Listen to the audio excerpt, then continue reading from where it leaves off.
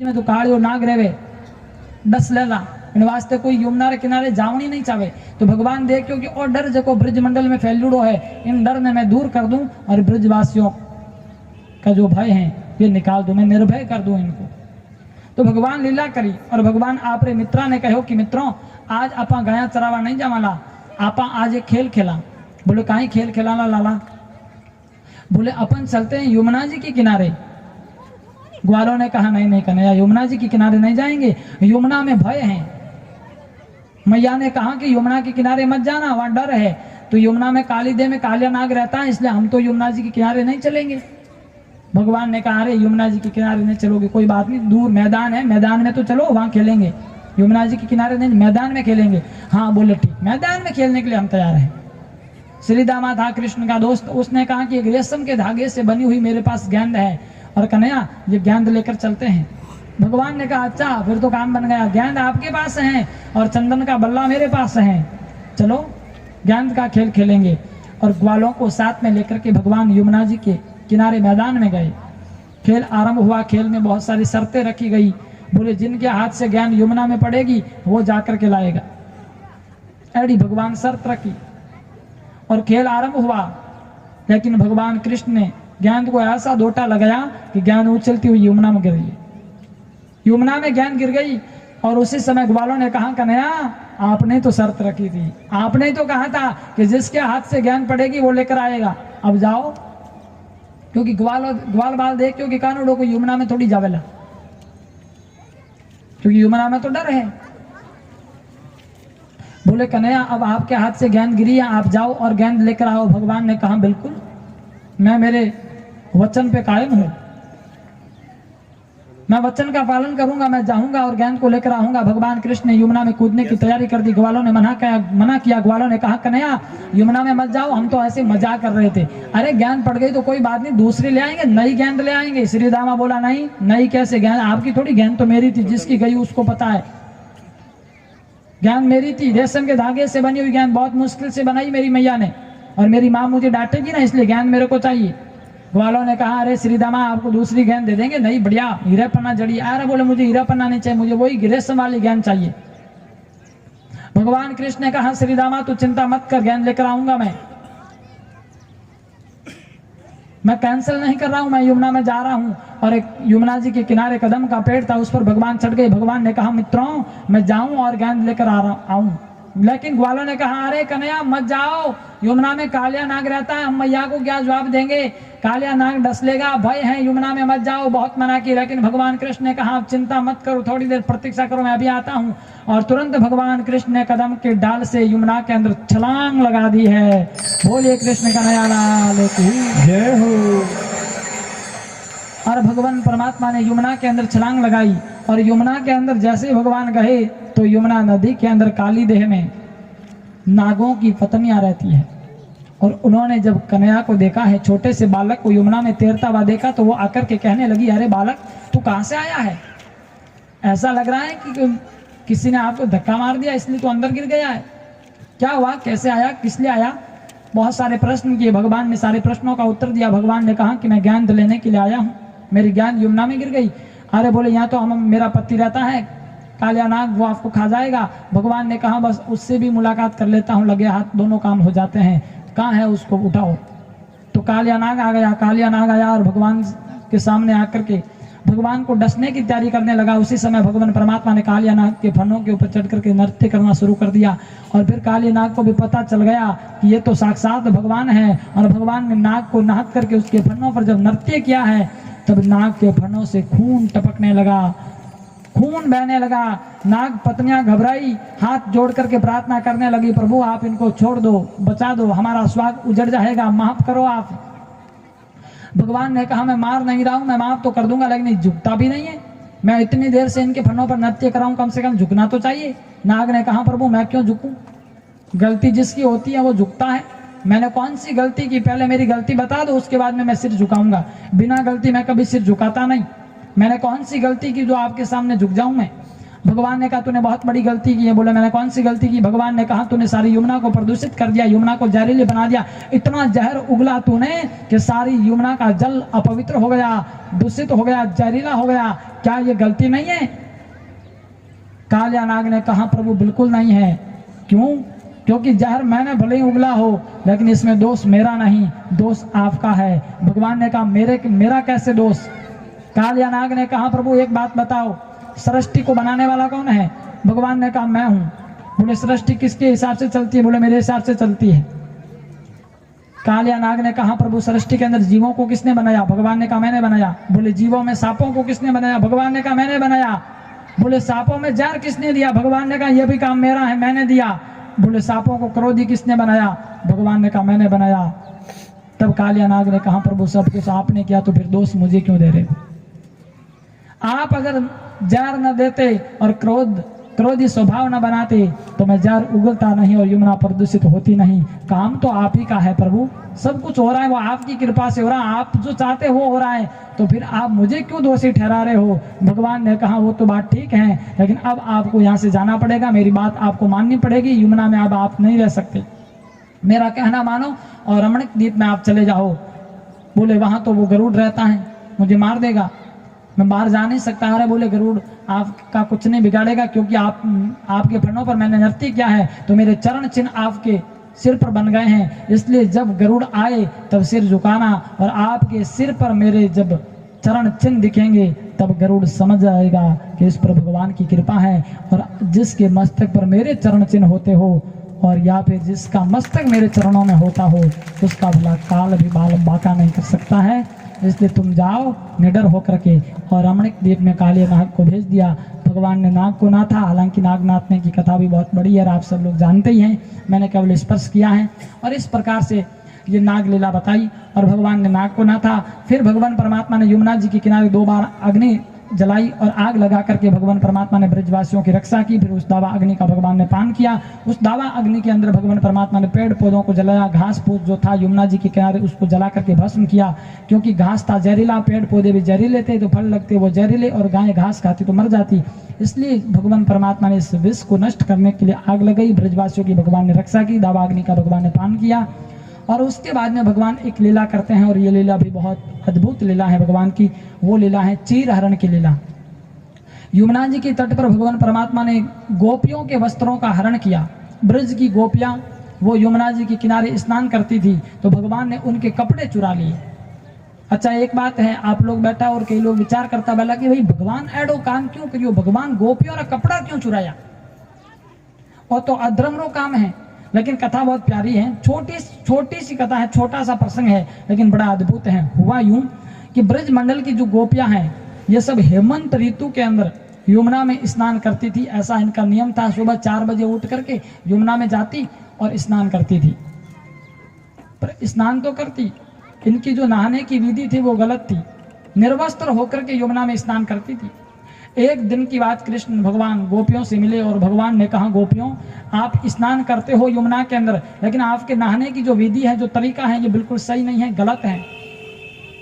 बोले वो कैसे? बोले आप निर्वस्त्र होकर स्नान करती हो। अरे बोले निर्वस्त्र होकर स्नान करने से क्या खतरा है?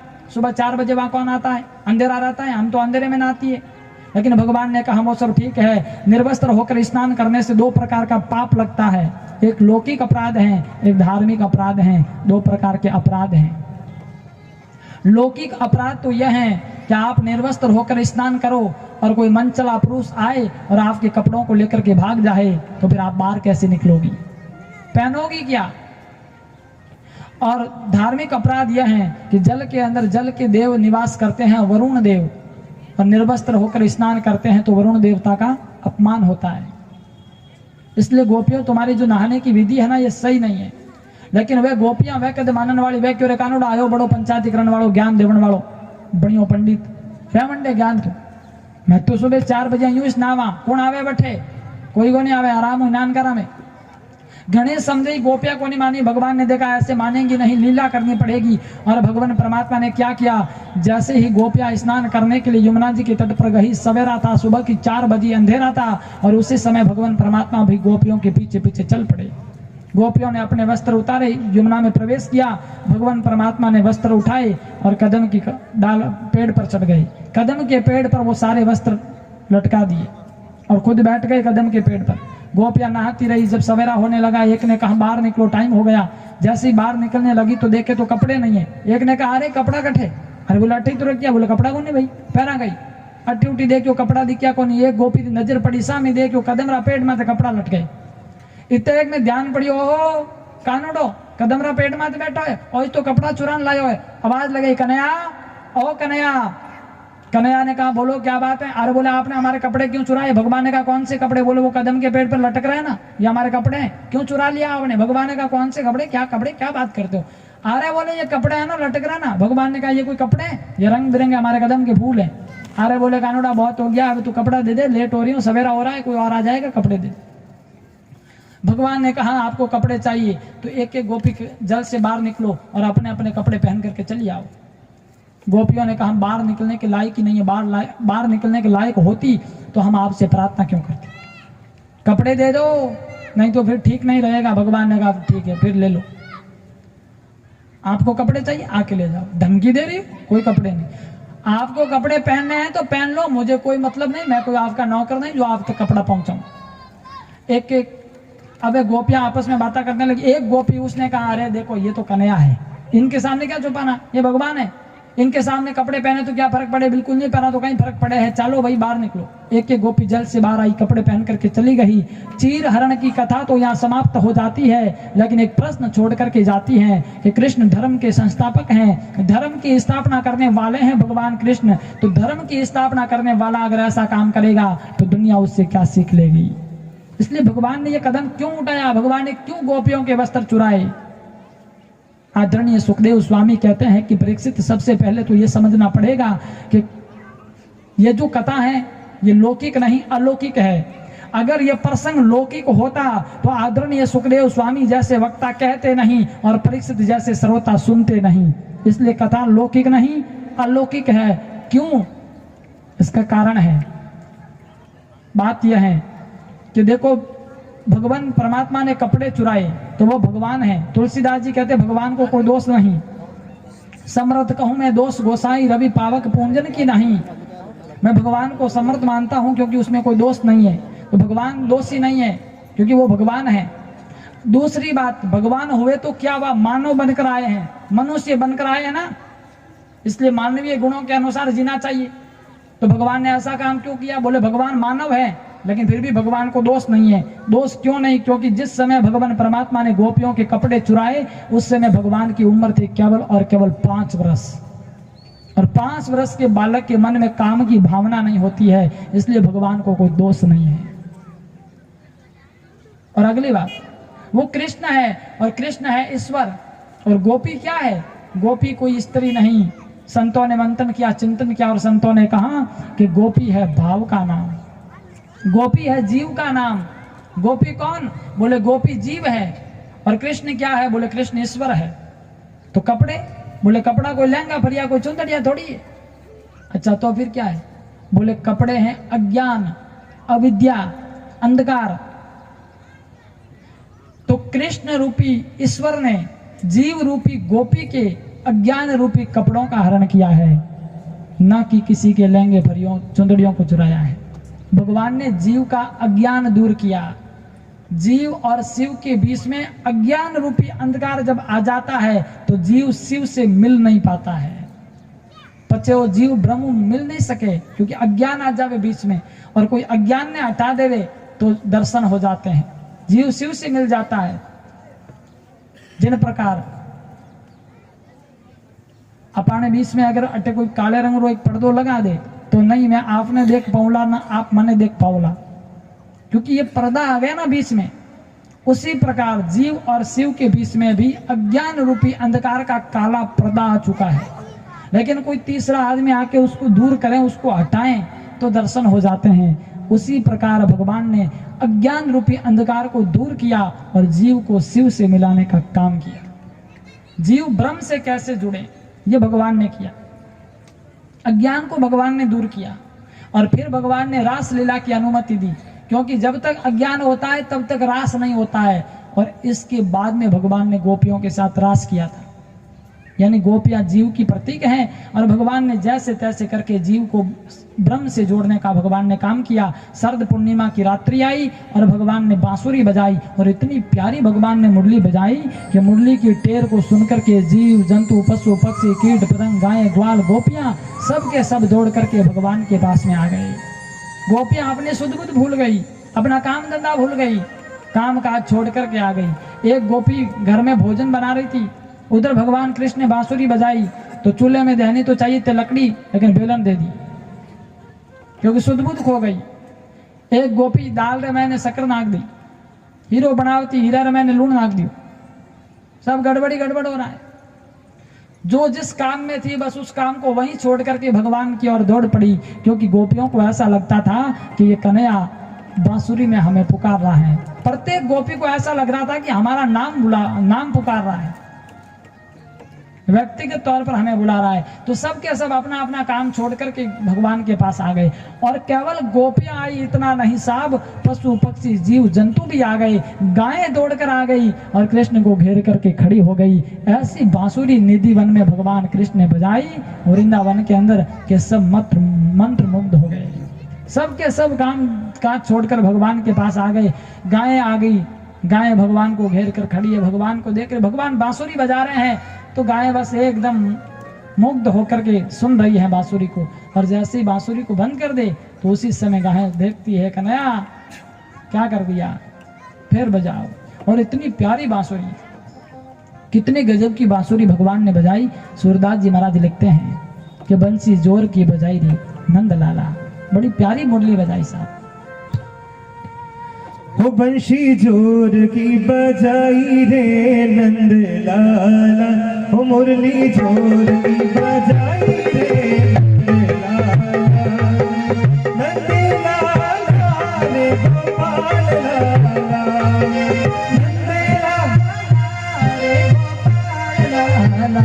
ये मुरली बंसी के मुरली जोर की बजाई रे नंद लाला, मुरली जोर की बजाई रे नंद लाला।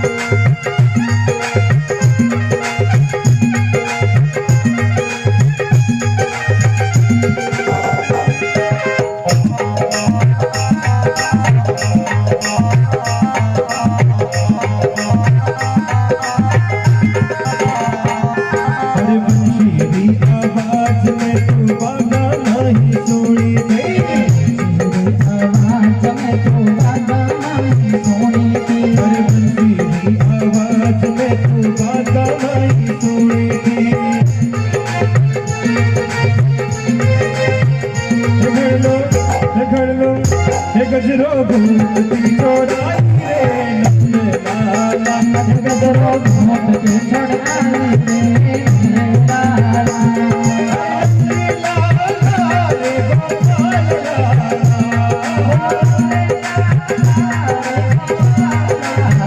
के मुरली के बंसी जोर की बजाई रे नंद लाला, मुरली को बजाई रे नंद को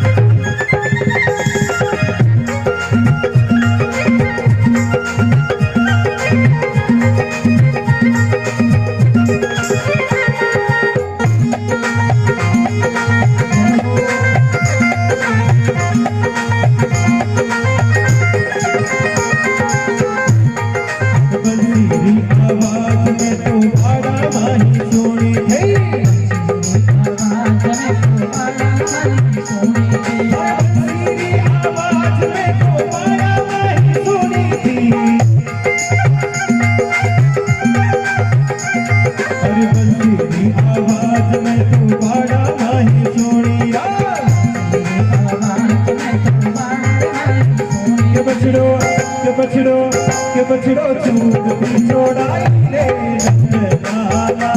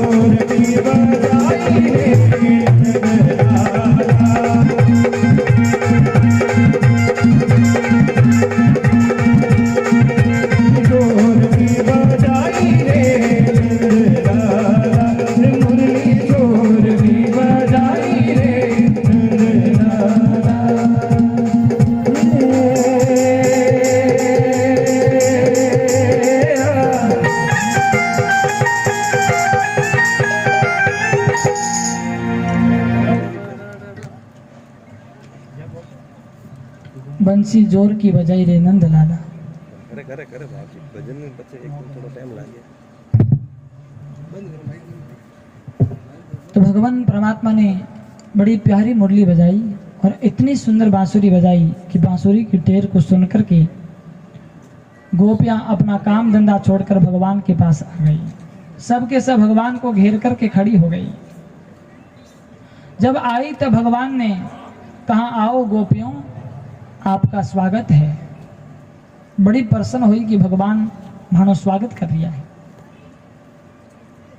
लेकिन अगले ही क्षण भगवान ने कहा, आप आई हो इसका तो स्वागत है, लेकिन आप किस लिए आई हो? जब भगवान ने यह पूछा कि आप किस कारण आई हो, तब गोपियों को अच्छा नहीं लगा। गोपियों ने कहा, अरे हमारा जो प्रीतम है, जिससे हमने प्रीत लगाई है, और वो पूछ रहे हैं कि आप किस कारण आई हो? गोपियों ने कहा, प्रभु हम तो बस आपकी है, हमने जीवन आपको समर्पित कर दिया है। बस यही प्रेम लक्षणा भक्ति है जो जीव को शिव से मिलाती है। सब कुछ समर्पित करना ही भगवान को प्राप्त करना है। भगवान कृष्ण गीता में कहते हैं कि हे अर्जुन, सब कुछ छोड़ करके मेरी शरण में आ जाओ, इसी में मुक्ति है। और गोपियों ने उस बात को चरितार्थ किया। सब कुछ छोड़ छाड़ करके गोपियां भगवान की शरण में आ गई। और भगवान ने परीक्षा ली है, पूछा भगवान ने किस कारण आई हो? क्योंकि भगवान ने देखा कि गोपियां आवेश के कारण आई हैं या फिर विवेक के कारण आई हैं। लेकिन गोपियों की परीक्षा हुई, गोपियां विवेक के कारण आई और भगवान ने गोपियों को अपनाया। और भगवान परमात्मा ने गोपियों के साथ में रास किया। ऐसी थोड़ी बार रास में भी कई परीक्षाएं हुई, और उसमें जब गोपियां सफल हुई तब भगवान परमात्मा ने शरद पूर्णिमा की रात्रि में गोपियों के साथ में रासलीला की। रासलीला रो प्रसंग जो को वर्णन है वो भी भागवत के 10वें स्कंद में बहुत विस्तृत रूप से है, लेकिन उसका सार यही है कि जीव को भगवान ने शिव में मिलाने का काम किया। ये गोपियां जीव की प्रतीक है और कृष्ण ब्रह्म का प्रतीक है, शिव का प्रतीक है, उस परम शक्ति का प्रतीक है। जीव शिव से कैसे मिले, बस यही रास लीला है। और इस प्रेम लक्षणा भक्ति के कारण ये गोपी रूपी जीव कृष्ण रूपी ईश्वर को प्राप्त आ गया। और प्रेम भी कितना, आप देखो तो सही साहब, गोपियों ने सब कुछ लुटा दिया भगवान को, और भगवान परमात्मा ने भी गोपियों को अपनी ओर आकर्षित किया है। और लिखा है कि भगवान ने मक्खन चोरी नहीं, भगवान ने मन की चोरी की है, यानी मन को चुराया है। दुनिया के अंदर समय समय पर चोरियां भी बहुत होती है, लेकिन दुनिया में जब चोरी होती है तब बहुत बड़ा घाटा हो जाता है, नुकसान होता है, और गम उभर करके आता है, गम दर्शाया जाता है। लोग रोवे, रोनो रोवे है, बोले साहब हमारे बहुत बड़ो नुकसान हो गया, हमारे फलाने दिन चोरी होगी, फलानी जगह चोरी होगी, नुकसान हो गया, घाटा हो गया। रोते हैं लोग, दुख प्रकट करते हैं। दुनिया की चोरियों में तो दुख प्रकट होता है, दुनिया के अंदर जब चोरी होती है, कोई जब चुराता है कोई चीज, तब दुनिया रोना रोती है, दुख प्रकट करती है। लेकिन साहब लाख लाख रंग है उन गोपियों को कि भगवान कृष्ण तो ऐसे चोर हैं कि भगवान ने जब गोपियों के मन को चुराया, गोपियों को भगवान ने लूटा, तो वो गोपियां अपना गम नहीं प्रकट करती। गोपियां तो कहती है कि हम तो धन्य हो गई, हम धन्य हो गई, हम कृतार्थ हो गई, कृष्ण ने हमको लूट लिया, हम बहुत भाग्यशाली हैं कि हम भगवान की हो गई। सब कुछ गोपियों ने लुटा लिया, यानी जीव ने भगवान को समर्पित कर दिया, और यही रास है। और भगवान परमात्मा ने उन सब गोपियों को अपनाया। फिर आगे भी बहुत सारा जो प्रसंग है लीला का, भगवान ने गोवर्धन धारण किया है, फिर कंस वध है, फिर उसके बाद भगवान द्वारिका गए, द्वारिका में विवाह भी हुआ 16,108 रानियों के साथ में, सुदामा चरित्र भी है। और फिर यदुवंशियों की कथा आई है। यदुवंशी लोग अपमान करते हैं ऋषियों का और ऋषि मुनि श्राप देते हैं और सब लड़ झगड़ करके खत्म हो जाते हैं और प्रभास सत्र से भगवान गोलोक धाम पधार जाते हैं। तो ये सारा जो प्रसंग है ये अपन कल सुनेंगे।